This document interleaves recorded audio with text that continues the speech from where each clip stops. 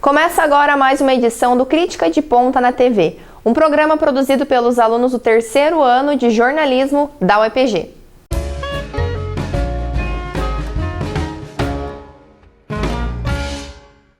Bar em Ponta Grossa traz o estilo self-service de cervejas e espumante.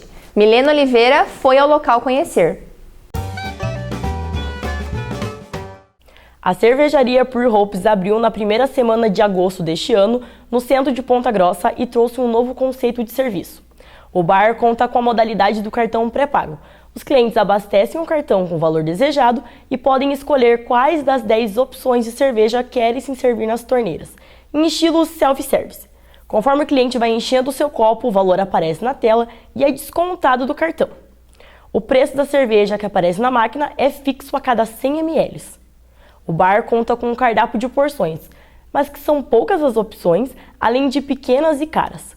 Os drinks são tradicionais, nada muito inovador, além de cervejas nas torneiras. As cervejas expostas e disponíveis para compra e consumo no local.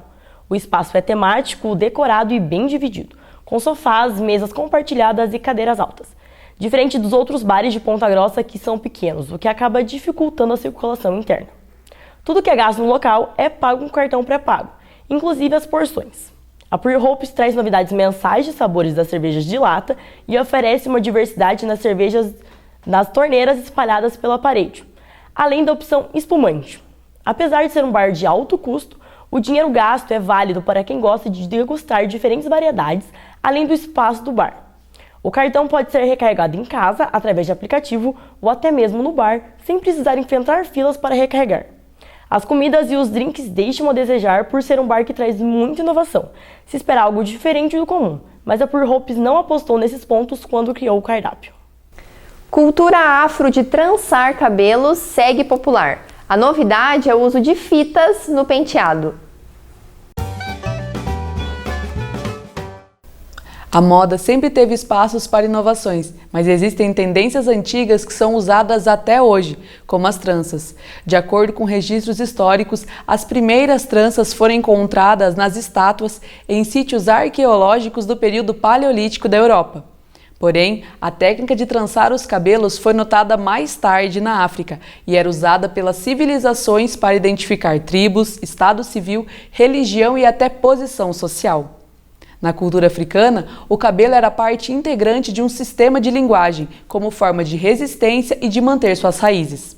Existem modos diferentes de fazer a trança, como a trança lateral, boxeadora, escama de peixe, holandesa, embutida, cascata, zigue-zague, entre outras. Em Ponta Grossa, as tranças ganharam mais popularidade este ano em jogos e eventos universitários. A estudante de Engenharia Química da Universidade Tecnológica Federal do Paraná, Carla Teixeira, percebeu o crescente interesse pelas tranças e teve a ideia de inovar. Ela passou a realizar o penteado com fitas, como forma de representar as cores das associações atléticas acadêmicas da cidade.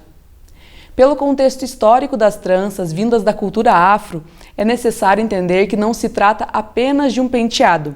É a representatividade e resistência. Portanto, ao usar as tranças, deve ter em mente o histórico e a importância para a cultura que a criou. Tecnologia falha em exposição de imagens virtuais. Mesmo assim, a palestra impressiona o público. Confira na crítica de Matheus Rolim. Toda imagem é uma forma de linguagem e expressão. As pinturas rupestres, tidas como imagens visuais, começaram no período paleolítico, quando o ser humano percebeu a necessidade de deixar registros para que pudessem comunicar-se entre si. No Parque Nacional da Serra da Capivara, aqui no Paraná, tais pinturas encontradas representam o cotidiano e a realidade daqueles e daquelas que viviam no local.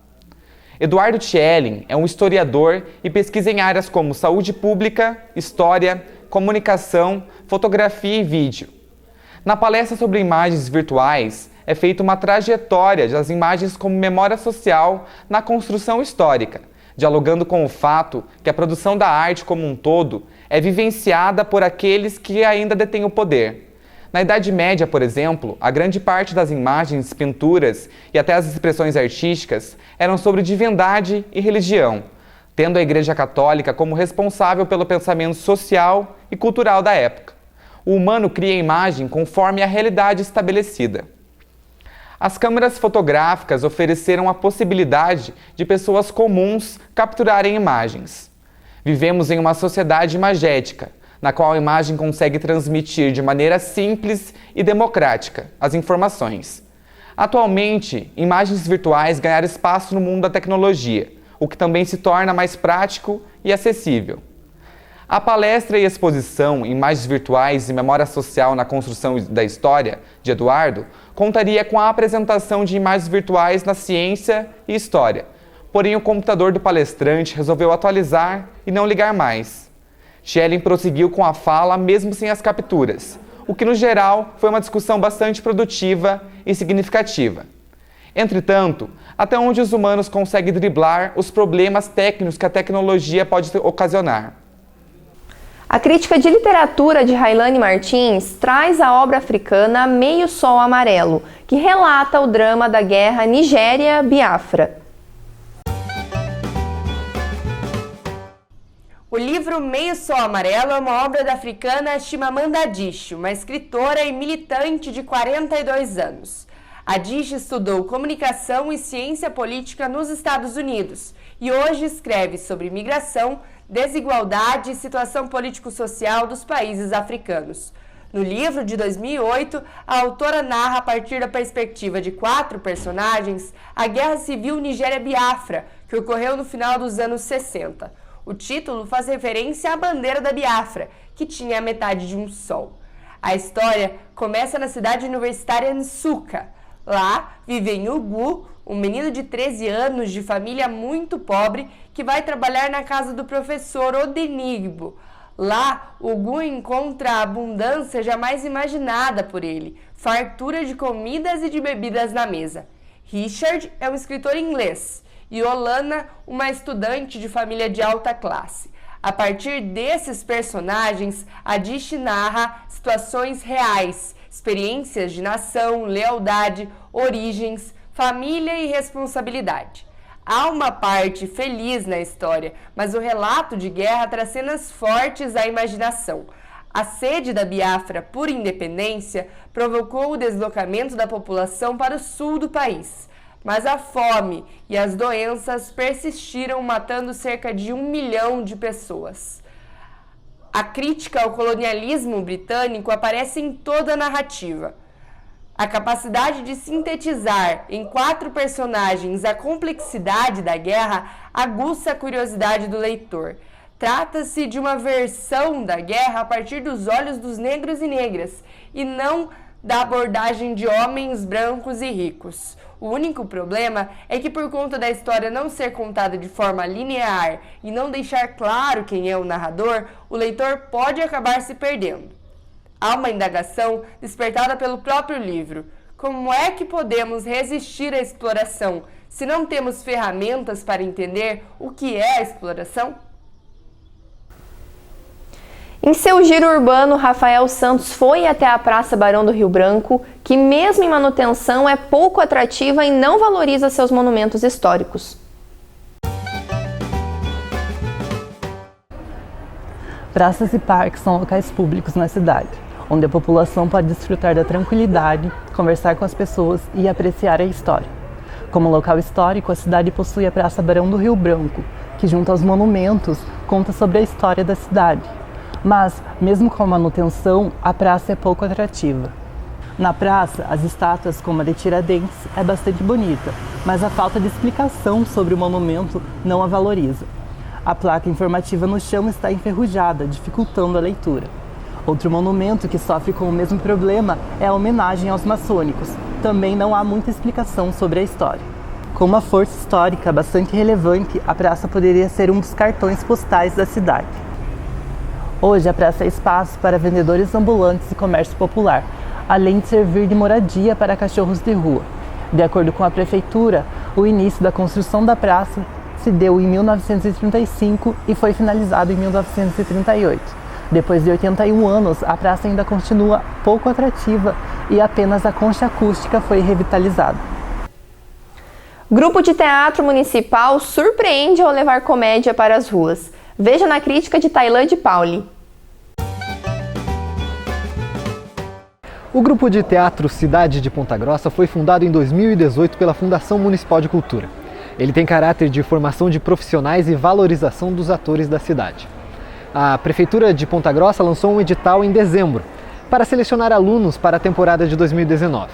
De acordo com o documento, 19 pessoas foram escolhidas para participar do grupo, sendo 15 atores ou atrizes, um assistente de direção, um iluminador, um figurinista e um cenógrafo. Os alunos recebem bolsas de estudo no valor de cerca de R$ 963, além de 10 estagiários não remunerados que formam o grupo de acesso. Após testes seletivos, os participantes começaram os ensaios no dia 4 de fevereiro. A primeira peça revisitou a história de William Shakespeare, sob a direção de Edson Bueno. Shakespeare, Paixão e Poesia teve 5 apresentações em agosto, sendo 2 para alunos da rede pública municipal. A peça está prevista na programação do Festival Nacional de Teatro este mês.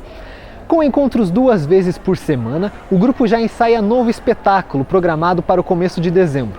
De acordo com o diretor do Departamento de Cultura, Eduardo Godoy, a peça é uma comédia dirigida por Léo Campos e deve ser apresentada nas ruas de Ponta Grossa. Um grupo de teatro público deve se esforçar para chegar cada vez mais perto da população. A tentativa de levar a comédia até as pessoas pode ser uma maneira de oportunizar acesso aos que não conseguiram assistir à apresentação em agosto. O teatro em Ponta Grossa é elitizado. Ao tomar as ruas, o grupo surpreende positivamente e mostra que os moradores da cidade não podem ser esquecidos. Operário volta a ceder coletivas de imprensa a jornalistas da cidade. É o que comenta Anne Rebelato. O Operário Ferroviário é o time que representa Ponta Grossa no futebol.